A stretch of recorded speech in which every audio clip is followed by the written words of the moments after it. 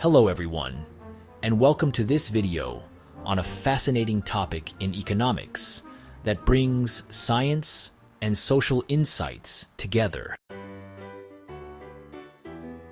Today, we are exploring the issue of gender imbalance in economics and the surprising science behind how opinions are expressed. We will explain the research findings and the possible solutions with clarity and objectivity. And I hope you enjoy the ride, and maybe even a laugh or two along the way. Let us start with a clear fact.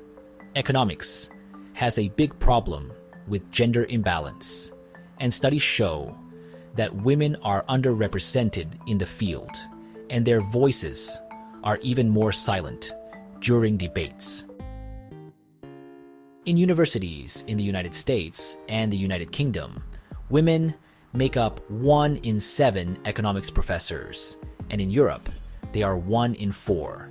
In banking and finance, only 10 to 20% of chief economists are women, and economic advisory councils have just 1 in 4 women. Yet, when it comes to discussion, the gap is even wider. Scientists have studied this phenomenon by surveying top economic experts from the United States and Europe.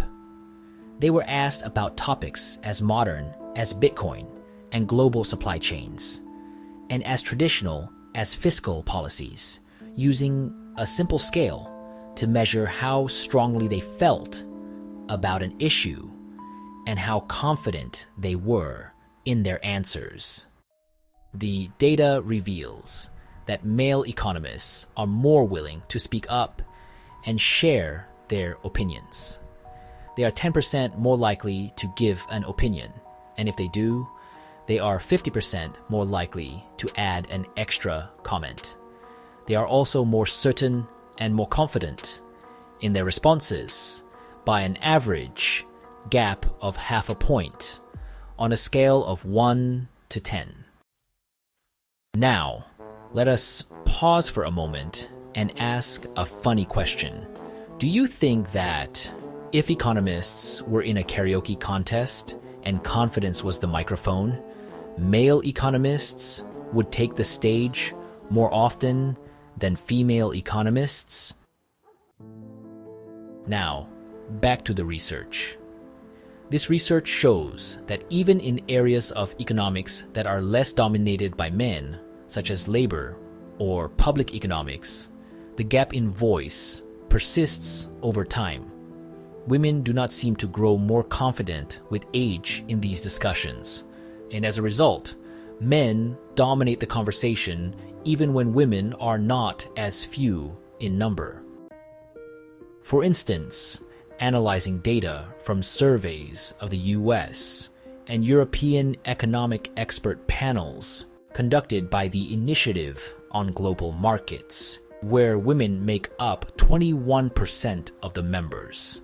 They end up giving only 19% of the opinions, and even less in terms of strong opinions and extra comments. We must also consider the impact of social media. In many cases, male economists who express strong opinions have more online followers and greater influence. This means that even if we encourage women to speak up more, it may not lead to increased influence if the structure of debate continues to favor a louder voice. So, what does the science tell us, and how can we resolve this issue? The answer is not simply to tell women to speak up more. The solution is to create an environment where every voice is heard equally. This may involve rethinking how opinions are measured and valued in economics. For example, stopping the practice of weighting opinions by confidence could help level the playing field, as well as adopting policies that promote inclusive discussions in academic seminars and meetings. In summary, the science shows that while men tend to be louder and more confident in economic debates, the problem lies in the structure of how voices are valued and not in the expertise of the individuals. The way forward is to reshape the debate so that it does not simply reward volume and confidence, but recognizes the quality of ideas from every expert. Thank you for watching this video on the science of gender imbalance in economics. I hope you learned something new and enjoyed the idea of economists in a karaoke contest. Stay curious and keep questioning the world around you.